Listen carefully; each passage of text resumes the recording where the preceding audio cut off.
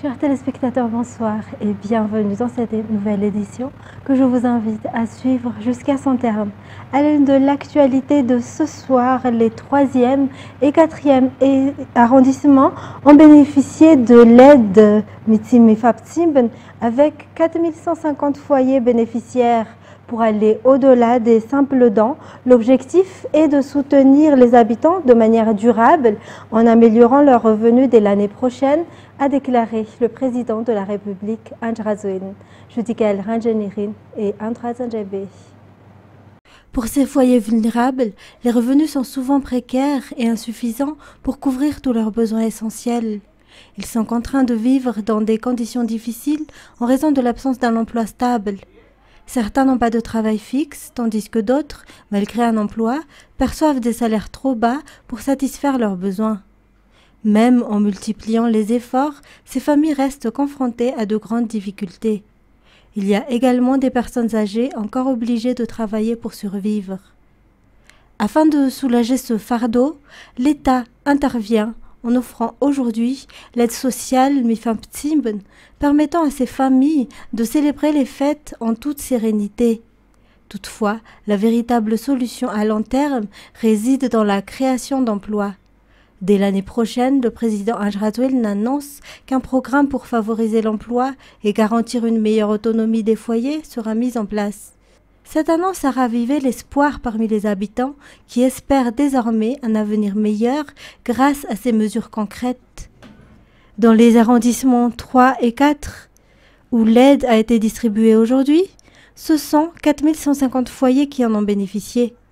L'introduction des nouveaux carnets de Fuktan a facilité la gestion et l'organisation de la distribution, assurant une plus grande transparence et permettant de vérifier l'accès à cette aide pour chaque famille. Ainsi, cette initiative marque un véritable tournant pour ces foyers qui, grâce à cette aide immédiate et aux projets à venir, nourrissent désormais un espoir renouvelé pour l'avenir. À la découverte de Hunan, tel est le thème de la journée de la Chine dans le cadre du programme One Day, One Country, initié par le ministère des Affaires étrangères. La délégation de la province de Hunan, menée par le secrétaire général du Parti communiste chinois, est à Madagascar actuellement pour faire connaître cette province. Cette journée de la Chine est également un moyen de renforcer les relations économiques et diplomatiques entre les deux pays. Et Madagascar, la Chine et Madagascar, à travers 3 projets conjoints, la province de Hunan a également fait don de 16 machines agricoles pour Madagascar hier. La province de Hunan en Chine a été présentée lors de l'événement One Day, One Country organisé hier par le ministère des Affaires étrangères AIVAT. La délégation de la province de Hunan est arrivée dans le pays, conduite par Chen Xiaomin, secrétaire général du Parti communiste chinois. Le but de cet événement est de renforcer la coopération entre les deux pays, mais surtout d'élargir les domaines de coopération afin de les renforcer davantage. La visite d'une si lourde délégation dans le pays est une étape importante pour renforcer les relations entre les deux pays et promouvoir un progrès commun. Lors de son discours, la ministre des Affaires étrangères, Rassatra Favavtafk, a mis un accent particulier sur les grands projets qui témoignent du renforcement de la coopération chinoise et malgache, comme le laboratoire associatif de la ceinture et la route, une initiative scientifique conjointe pour améliorer la production de riz à Madagascar grâce à des technologies avancées, la société Sino-Malagas Animal Husbandry, intégrant innovation et développement durable dans le secteur de l'élevage, elle contribue à la sécurité alimentaire et à la lutte contre la pauvreté. Le Centre de médecine traditionnelle chinoise de Hunan, une réalisation unique alliant savoir-faire médical, chinois et besoins locaux en matière de santé. L'existence de tels projets montre non seulement la volonté des deux pays de travailler ensemble, mais elle sert également à promouvoir les échanges humains, la technologie et l'économie. La journée de la Chine a également mis en avant la rencontre des partenaires économiques chinois et malagasy qui a permis aux acteurs d'échanger sur les stratégies visant à promouvoir la coopération pour favoriser le développement durable, mais aussi à renforcer les relations diplomatiques entre Madagascar et la Chine dans de nombreux secteurs tels que l'agriculture, la transformation alimentaire, le tourisme, le transport, l'éducation, les infrastructures de transport. Le renforcement des échanges culturels et académiques est également attendu. Ce moment est important, a déclaré le ministre des Affaires étrangères, car il s'agit d'une opportunité importante pour les deux pays. Hier, lors de la journée de la Chine, la province du Yunnan a également offert ses équipements de pointe pour le secteur agricole à Madagascar. Dans les actualités également, cette année, l'école d'état-major des forces armées a introduit des réformes dans sa formation pour l'adapter à la géopolitique mondiale et aux réorganisations structurelles internes de l'armée. Les officiers stagiaires de la 30e promotion de cette école militaire ont achevé leur formation aujourd'hui. Par ailleurs, la pose de la première pierre du nouveau bâtiment de l'école de l'état-major à Betungul a également eu lieu ce jour. Les détails avec Miarvoulet Sferen et Pras de Nilsson. L'école d'état-major des forces armées malgaches célèbre cette année ses 30 ans d'existence. Cette institution militaire dispense d'une formation complète aux officiers, conforme aux normes internationales. Pendant 9 mois, les stagiaires ont reçu une formation adaptée au contexte géopolitique et stratégique, renforçant leurs compétences militaires, managériales et diplomatiques. Les modifications apportées cette année ont permis de concilier la formation avec les réformes structurelles en cours au sein de l'armée malgache. Les connaissances acquises leur permettront d'intervenir immédiatement sur le terrain. Le ministre des Forces armées a appelé à accorder des opportunités à ses officiers formés. La construction d'un nouveau bâtiment à Betungul constitue un monument commémoratif pour célébrer les 30 ans de l'école d'état-major. La pose de la première pierre de cette importante infrastructure a eu lieu aujourd'hui grâce à la collaboration entre le ministère de la Défense et celui de l'économie et des finances via la douane. En 30 ans, 592 officiers sont sortis diplômés de l'école état-major des forces armées. Le général de corps d'armée Saïvel Lalamounze Delphin a exhorté ses anciens élèves à honorer et à valoriser la dignité des forces armées malgaches. Et puis dans les actualités sociales, environ 400 foyers répartis dans cette Fukutane sont menacés par des éboulements et des glissements de rochers en cette saison de pluie selon le Bureau national de gestion des risques et des catastrophes BNGRC. Pour prévenir ces dangers, 500 drapeaux rouges ont été installés dès aujourd'hui dans les zones potentiellement à risque. Cette initiative a été menée conjointement par le BNGRC, la commune d'Antananarive, la Croix-Rouge ainsi que les habitants concernés. Détails sur les images de Yves Janel. Les 7 Fukutane concernés sont Ambanapa Marinen, Mazakamiadan, Ambavadmtaf, Tsarafarch et Faravouich. Ces zones abritent environ 400 foyers, représentant plus de 2000 personnes particulièrement exposées au risque. Face à cette situation, le BNGRC a alerté les habitants aujourd'hui et a procédé à l'installation de 500 drapeaux rouges. Des dispositions sont prises pour reloger les personnes prêtes à quitter provisoirement leur foyer. Elles sont priées de consulter leur chef Fukutane pour plus de détails, soutient le directeur général du BNGRC, le général Elak Ndjakad. Par ailleurs, selon les prévisions météorologiques, de fortes pluies sont attendues durant cette saison, ce qui pourrait intensifier les éboulements et les glissements de rochers dans ces zones. Et plus de 23 000 foyers ont bénéficié directement des avantages du projet SLEM ou Paysage durable dans l'est de Madagascar, financé par Green Climate Fund. Ce projet, selon le secrétaire général du ministère de l'Environnement et du Développement durable, a considérablement amélioré la condition de vie des habitants. Afadjessena Mireille et Yves Janel.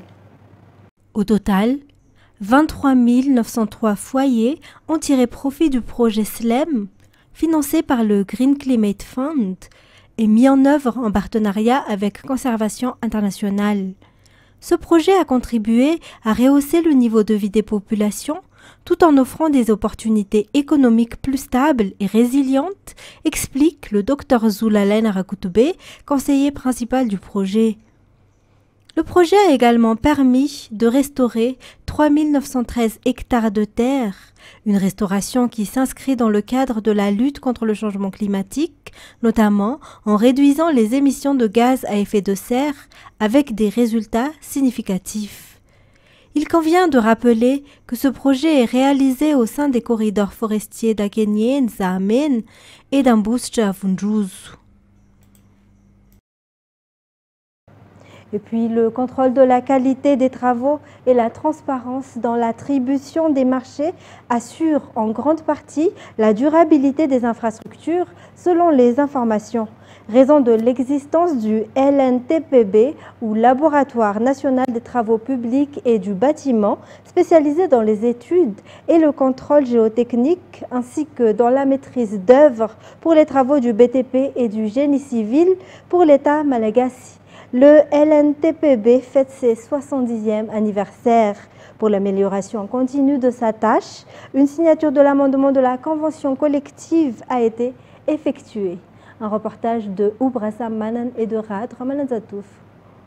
Le LNTPB, ou Laboratoire national des travaux publics et du bâtiment, est un organisme rattaché au ministère des Travaux publics. L'agence est spécialisée dans les études et le contrôle géotechnique, ainsi que dans la maîtrise d'œuvre pour les travaux de BTP et de génie civil pour l'État malagasy.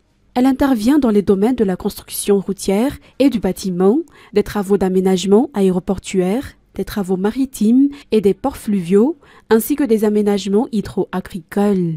Étant certifié au système de management de la qualité ISO 9001 depuis déjà 10 ans, le LNTPB a déjà obtenu divers trophées dans le domaine qualité. Outre cette tâche prioritaire, l'État, à travers le ministère des Travaux publics, confie également désormais de nombreux travaux au LNTPB, entre autres le maîtrise d'œuvre, les micropieux, le forage d'eau, ainsi que le contrôle technique, assurance décennale auprès des assureurs. Mis à part cela, le LNTPB est en train de préparer la mise en place du système management intégré de l'ISO 17025 accréditation et de l'ISO 37001 anticorruption.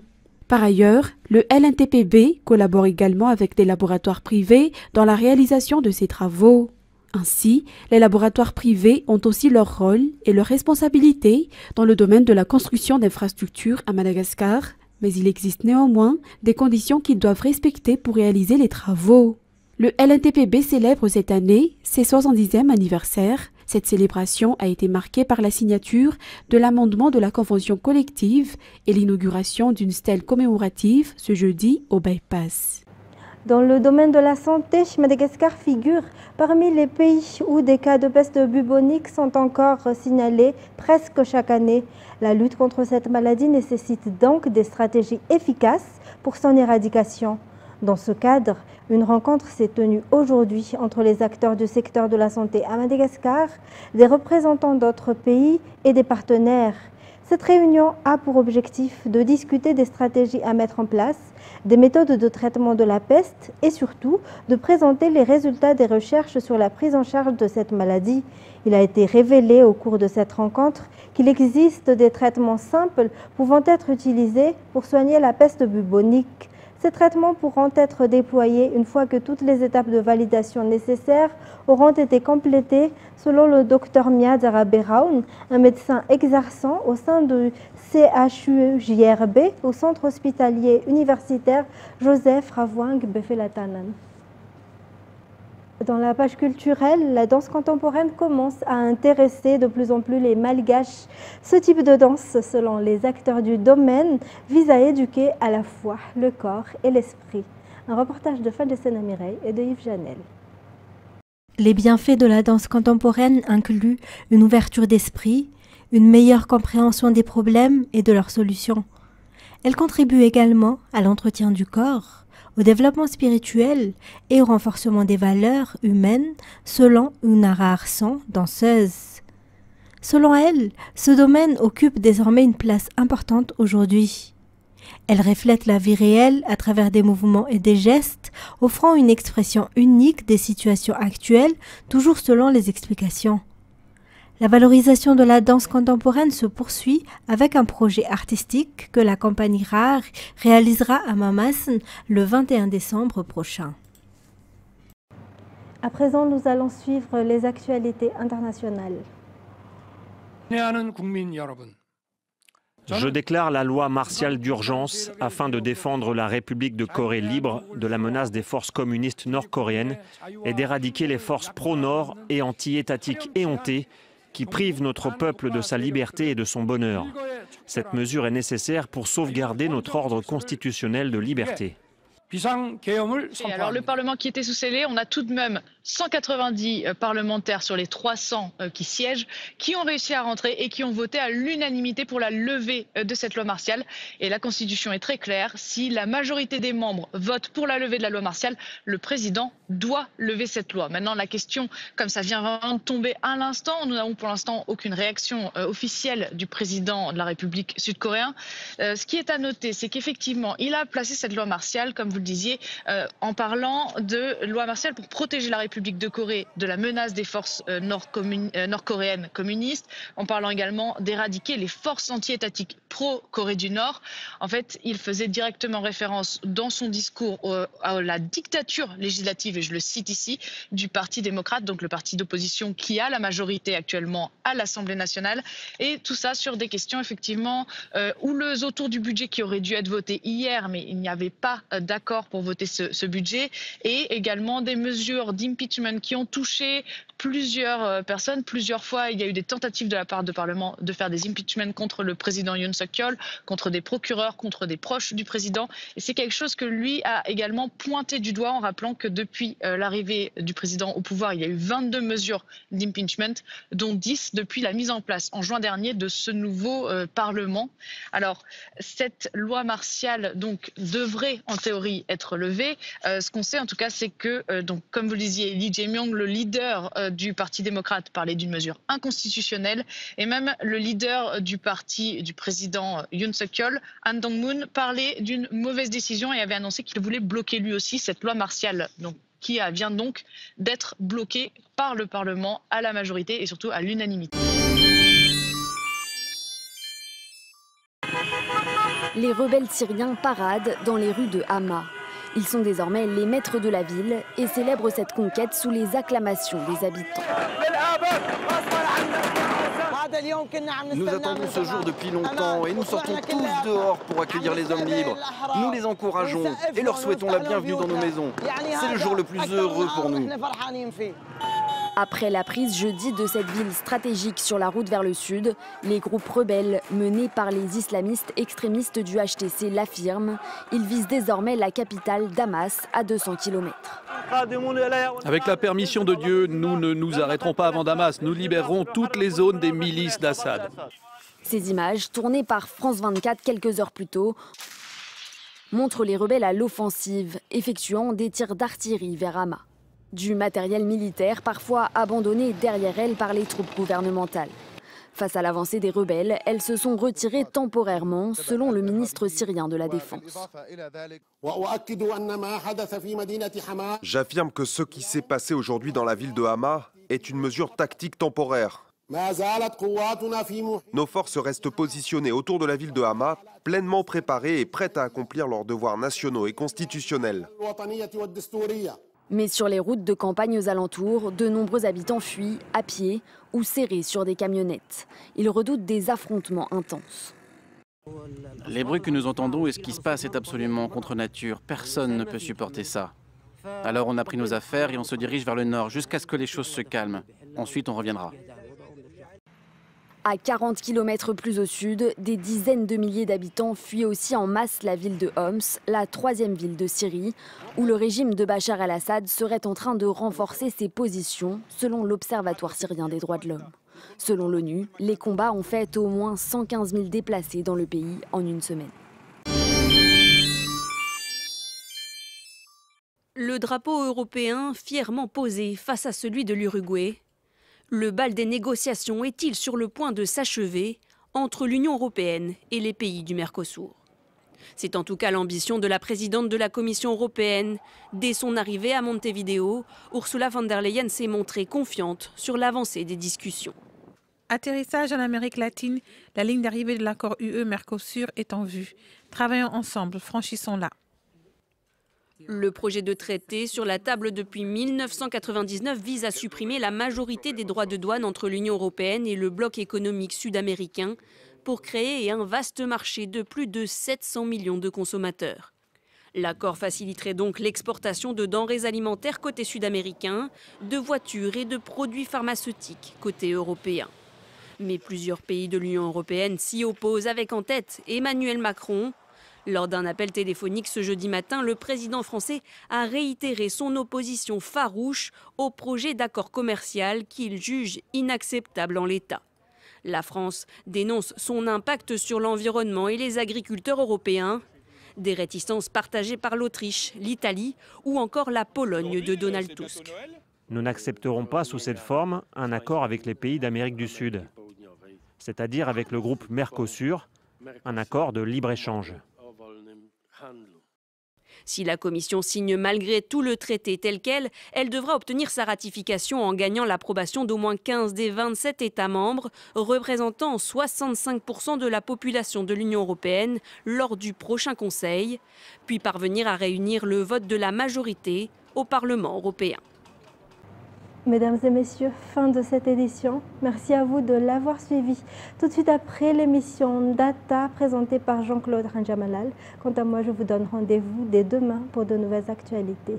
Au revoir et bonne soirée sur Viva.